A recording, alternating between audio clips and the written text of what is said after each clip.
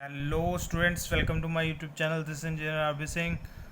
और आज हम स्टार्ट करने वाले हैं करंट इलेक्ट्रिसिटी क्लास 10th का next topic, that is combinations of resistors और रेजिस्टेंसेस। इससे पहले मैं टॉपिक स्टार्ट करूं, अगर आपको वीडियो पसंद आए तो प्लीज़ लाइक करना मत भूलिए, चैनल को सब्सक्राइब करें और बेल आइकन को ज़रूर प्रेस करें ताकि आगे आने वाली मेरी जितनी भी वीडियोज़ हैं उनकी नोटिफिकेशन आपको ज़रूर मिलते रहे।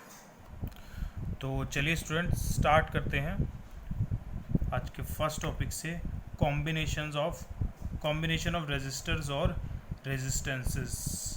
यानी कि जो रेजिस्टर्स होते हैं हमारे, उसको हम किस तरह से कंबाइन कर सकते हैं, किस तरह से कनेक्ट कर सकते हैं, ये हम देखेंगे। बेसिकली हम रेजिस्टर्स को दो तरह से कंबाइन कर सकते हैं, सीरीज़ में और पैरेलल में। सबसे पहले हम देखते हैं रेजिस्टेंस को या रेजिस्टर्स को सीरीज़ में कैसे कंबाइन करते हैं। तो फर्स्ट इसका देखते हैं, रेजिस्टेंसेस या रेजिस्टर्स इन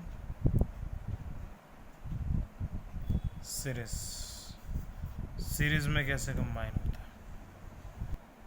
देखिए, पहले डिफाइन देख लेते हैं इसकी, कैसे इसको हम डिफाइन करते हैं। अ number of resistors are said to be connected in series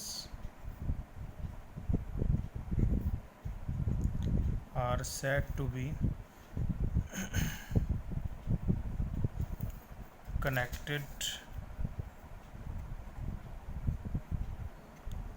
in series are said to be connected in series if these are joined end to end, if these are joined end to end and the same current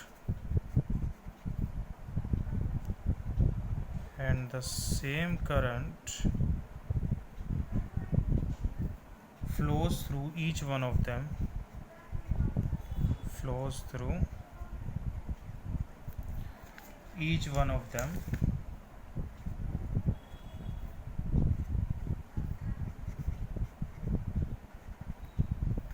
when a potential difference is applied across the combination. When a potential difference is applied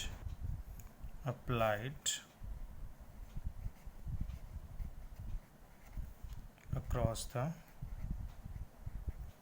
combination. देखिए, जो इतना लंबा चौड़ा, इतनी लंबी चौड़ी जो define लिखी है, उसका मीनिंग देखते हैं क्या है। रेजिस्टर सीरीज़ में कनेक्ट होते हैं, तो कैसे कनेक्ट होते हैं वो पहले मैं आपको कनेक्ट करके दिखाता हूँ। Suppose this is resistor R1, उसके बाद this is resistor R2 and this is resistor R3। ये होता है in series. Three resistors connected in series are said to be connected in series if these are joined end to end. These are joined end to end. इसका end देखिए, इसकी starting से connect है, and to and join किया हुआ है इनको, and the same current flows through it. इन सभी में से सेम करंट फ्लो करेगा आई। सपोज इस रेजिस्टर में से 5 एम्पेयर करंट फ्लो कर रहा है, तो इसमें से भी 5 एम्पेयर फ्लो करेगा, इसमें से भी 5 एम्पेयर फ्लो करेगा, सब में से सेम करंट फ्लो करेगा। सो ये होता है इन सीरीज, मतलब पूरे में सीरीज में करंट सेम होता है, लेकिन पोटेंशियल डिफरेंस जो होता है वो डिफरेंट होता है। इस रेजिस्टर के अक्रॉस जो पोटेंशियल डिफरेंस होगा, that will be V1, and potential difference across this resistor will be V2, and across this resistor will be different, that will be V3. So you can say in series current same, but potential difference is different. ये आपको ध्यान रखना है, ये numerical में बहुत आपको काम आने वाली है ये वाली चीज़। तो इसको डिराइव करते हैं, जब भी कॉम्बिनेशन में रजिस्टर हो तो उसकी इक्विवेलेंट रेजिस्टेंस कैसे फाइंड करते हैं, उसका टोटल सम कैसे करते हैं। तो देखते हैं उसको स्टूडेंट्स, इसकी पूरी डेरिवेशन है तो उसको करते हैं। पूरी जो एक्सप्लेनेशन है कि क्या क्या है, I1 क्या है, R1 क्या है, R2 क्या है, वो मैं आपको वर्बली बताऊंगा। पूरा जो भी है आप अपनी बुक से चेक कर सकते हैं। तो देखिए इसमें ये V1 है, ये V2 है, ये V3 है। Let V be the total potential difference applied. ये हमने टोटल पोटेंशियल डिफरेंस लेट कर लिया। तो V किसके इक्वल है? V equals to V1 plus V2 plus V3, ये टोटल V है।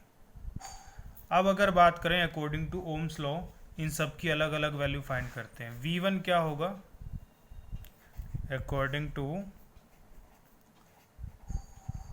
Ohms law? ओम्स लॉ के हिसाब से जो ये V1 है ये किसके बराबर होगा? I तो सेम है सभी में। V1 क्या होगा? I इंटू V क्या होता है? IR। तो V1 किसके अक्रॉस है? R1 के अक्रॉस, तो V1 equals to I into R1। Similarly V2 क्या होगा? I सेम है इसमें भी, R2, I into R2, and V3 will be equals to I into R3। और ऐसे ही जो टोटल पोटेंशियल डिफरेंस है डेट इज V, वो किसके बराबर होगा? I इक्वल्स टू, अब ये पूरी जो रेजिस्टेंस है R1 plus R2 plus R3, इन तीनों के कॉम्बिनेशन को मैंने क्या मान लिया है? इक्विवेलेंट रेजिस्टेंस RS मान लिया है। RS क्या है? Where RS equals to, RS क्या है? R1 plus R2 plus R3। अभी ये देखेंगे अब कि RS क्या है। ये मैंने टोटल मान लिया है RS।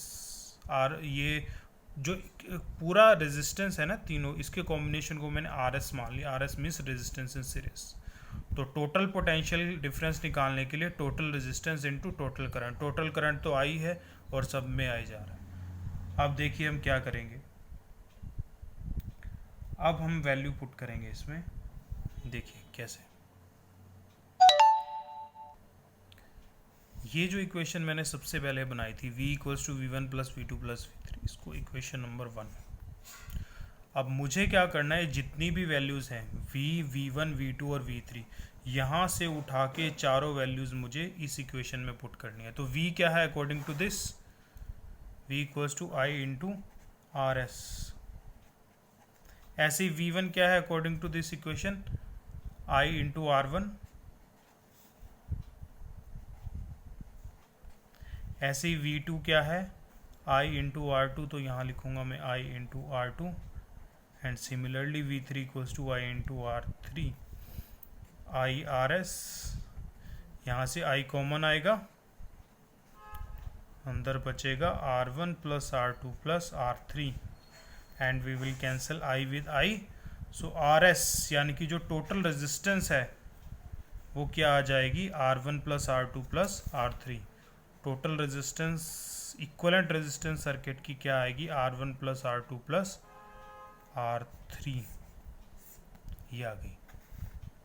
यानी कि अगर मैं सीरीज में रेजिस्टेंस कनेक्ट करता हूँ तो अगर मुझे टोटल रेजिस्टेंस निकालनी है, इक्विवेलेंट रेजिस्टेंस, वो किसके बराबर होगी? तीनों के सम के बराबर। अगर सपोज कीजिए मैंने ये रेजिस्टर 5 ओम का है, ये 10 का है और ये 5 का है, तो मैं तीनों को प्लस कर दूंगा, 5 प्लस 10 प्लस 5, 20 ओम, तो इसकी इक्विवेलेंट रेजिस्टेंस आएगी 20 ओम।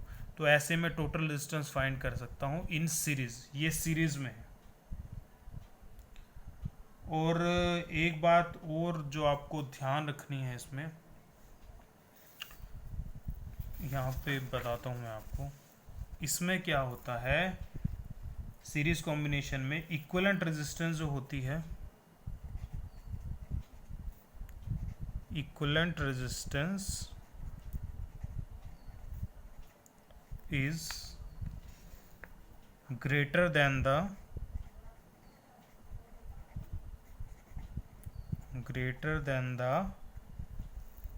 greatest resistance in the combination. Greatest resistance in the combination. देखो क्या मतलब है स्टूडेंट इस लाइन का। इक्विवेलेंट रेजिस्टेंस में जो इक्विवेलेंट रेजिस्टेंस आती है वो जो इंडिविजुअली सबसे बड़ी रेजिस्टेंस होती है उससे भी बड़ी होती है।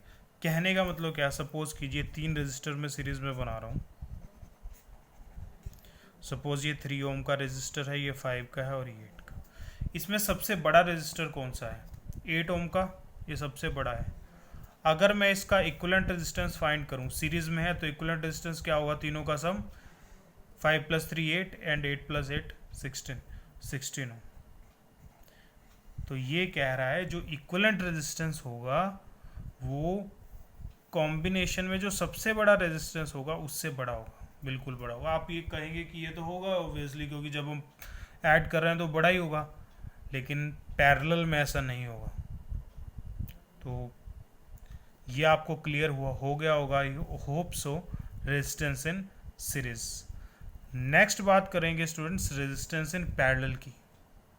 चलिए नेक्स्ट बात करते हैं, जो सेकंड है आपके पास, रेजिस्टेंसेस इन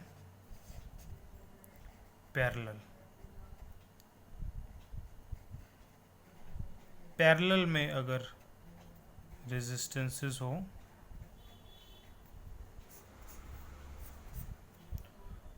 तो कैसे होता है? चलिए देखते हैं इसको डिफाइन कैसे करेंगे। A number of resistors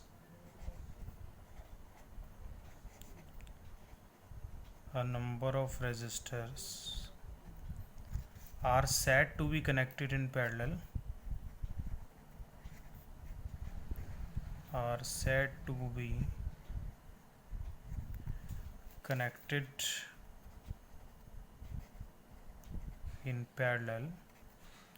if one end of each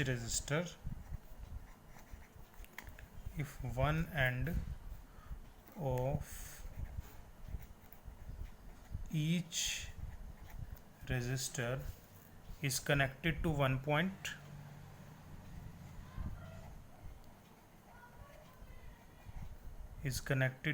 point and other end is connected to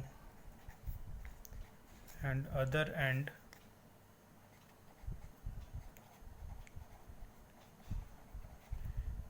is connected to another point,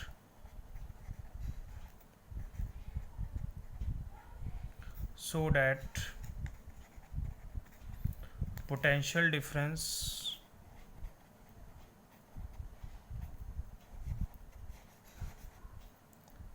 across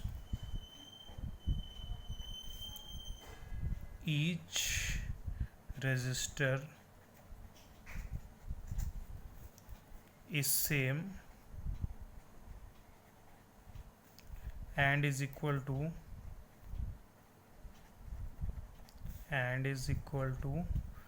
the applied potential difference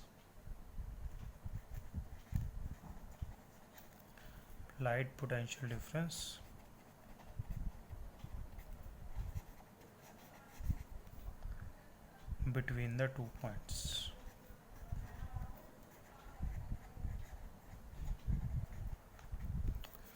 देखिए क्या कहना चाहता है रेजिस्टर्स इन सीरीज पैरेलल में। number of resistors are said to be connected in parallel if one end of each resistor is connected to one point and other end is connected to another point. इसमें and to and joining नहीं होगी, एक and register का एक point से connect होगा और दूसरा एंड दूसरे पॉइंट से कनेक्ट होगा। जैसे देखिए एक एंड दूसरे पॉइंट से, दूसरा एंड दूसरे पॉइंट से, इसको बोलते हैं रेजिस्टेंस इन सीरीज, पैरेलल। इस तरह से जो ज्वाइनिंग होती है उसको बोलते हैं resistors in parallel. Suppose this is R1, this is R2 and this is R3. और इसमें आपको ध्यान रखना है पोटेंशियल डिफरेंस सेम होता है. इसके कॉम्बिनेशन का जो पोटेंशियल डिफरेंस है V है, यहाँ पे भी पोटेंशियल डिफरेंस V होगा, यहाँ पे भी V होगा और यहाँ पे भी V होगा. यानी कि पैरेलल में पोटेंशियल डिफरेंस सेम रहता है, पोटेंशियल डिफरेंस सेम रहेगा पैरेलल में, लेकिन जो करंट होगा वो डिफरेंट होगा. सीरीज में उल्टा था, सीरीज में करंट सेम था, पोटेंशियल डिफरेंस डिफरेंट था. यहाँ पे करंट डिफरेंट है, पोटेंशियल डिफरेंस सेम है. तो सपोज अगर यहाँ से I करंट जा रहा है तो सब में I नहीं जाने वाला, यहाँ पे करंट डिवाइड हो रहा है. सपोज इसमें I1 जा रहा है, इसमें I2 जा रहा है, इसमें I3. और ऐसा नहीं है कि इक्वली डिस्ट्रीब्यूट होगा, कुछ भी हो सकता है. अगर सपोज कीजिए 10 एम्पेयर का करंट है ये, तो हो सकता है यहाँ 8 जाए, यहाँ 2 जाए, यहाँ 1 जाए, कुछ भी हो सकता है, डिपेंड्स ऑन द सर्किट. तो ये होता है रेजिस्टर्स इन पैरेलल. तो चलिए अब इसको डिराइव करते हैं कि अगर मुझे इक्विवेलेंट रेजिस्टेंस फाइंड करनी है पैरेलल में तो कैसे फाइंड करते हैं. देखिए, जो भी डेरिवेशन होती है स्टूडेंट्स, एक टिप मैं आपको देने जा रहा हूँ, उसकी स्टार्टिंग आपको ज़रूर याद रखनी है. अगर आप स्टार्टिंग याद रखेंगे किसी भी डेरिवेशन की और एंड रिजल्ट, तो कभी भी किसी डेरिवेशन में कोई आपको प्रॉब्लम नहीं होने वाली. आपको सिर्फ स्टार्टिंग ज़रूर याद रखनी है किसी भी डेरिवेशन की, क्योंकि एग्ज़ाम में ऐसा होता है हमें स्टार्टिंग याद नहीं रहती है, हम वैसे डेरिवेशन पूरी कर देते हैं, तो स्टार्टिंग कई बार हमें याद नहीं आती.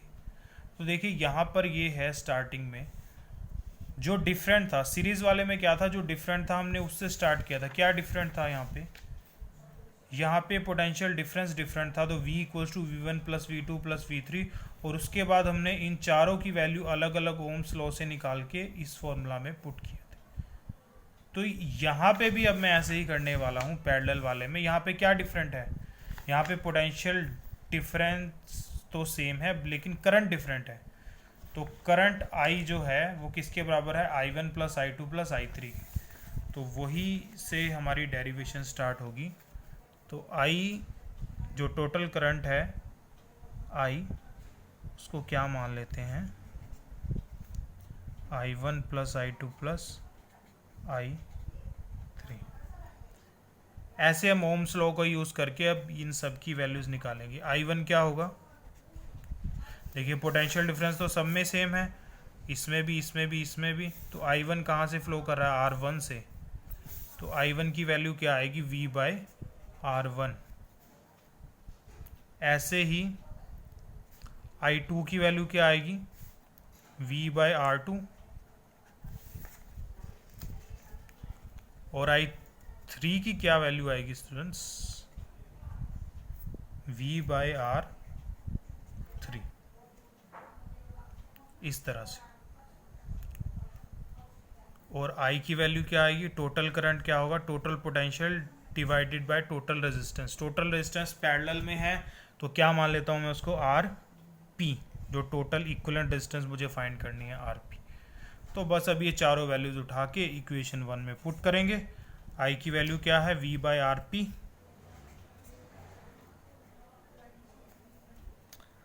I1 की वैल्यू क्या है, I1 will be equals to V by R1. Similarly, I2 equals to V by R2 and I3 equals to V by R3. अब यहाँ से V कॉमन लूँगा मैं, V by RP ये है, 1 by R1 plus 1 by R2 plus 1 by R3. V से V cancel, तो 1 by RP क्या होगा students, equals to 1 by R1 plus 1 by R2 plus 1 by R3. So ये है इक्विवेलेंट रेजिस्टेंस फाइंड करने का फॉर्मूला इन पैरेलल, जब resistance parallel में कनेक्ट होते हैं. तो ये सॉल्व करके जैसे ही आपके पास जो भी वैल्यू आएगी, आपको रेसिप्रोकल ज़रूर करना पड़ेगा, क्योंकि इस फॉर्मूले से जो मेरे पास वैल्यू आएगी वो 1 बाय RP की आएगी. बट मुझे आर पी की वैल्यू चाहिए, तो जो भी आपके पास वैल्यू आएगी तो उसको आपको रेसिप्रोकल करना है। सपोज कीजिए आपका इक्विवेलेंट रेजिस्टेंस आता है 2/5, तो आप उसको रेसिप्रोकल करेंगे यानी कि 5/2, तो वो आपका आंसर हो। तो ये है रेजिस्टेंस इन पैरेलल। और इसमें भी एक लास्ट में पॉइंट है जो आपको ध्यान रखना है, जैसे हमने सीरीज़ वाले में करा था, तो देखिए वो क्या है। In parallel combination the equivalent resistance the equivalent resistance the equivalent resistance is lesser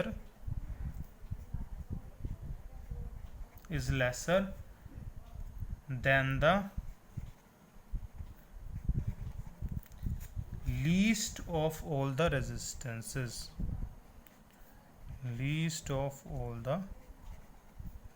ये इंपॉर्टेंट पॉइंट आपको ध्यान रखना है। देखिए इसमें क्या है, उसका रिवर्स है सीरीज वाले का बिल्कुल। से सपोज कीजिए आपके पास 3 रेजिस्टेंस है और तीनों पैरेलल में, कि जैसे कि ये है 2 ओम का रेजिस्टर, ये है 4 ओम का, और ये है सपोज 8 ओम का। ये तीनों पैरेलल में है। आपको इनका इक्विवेलेंट रेजिस्टेंस फाइंड करना है। पैरेलल में है तो पैरेलल में इक्विवेलेंट रेजिस्टेंस क्या होता है, 1/Rp equals to 1/R1 plus 1/R2 plus 1/R3 according to this formula.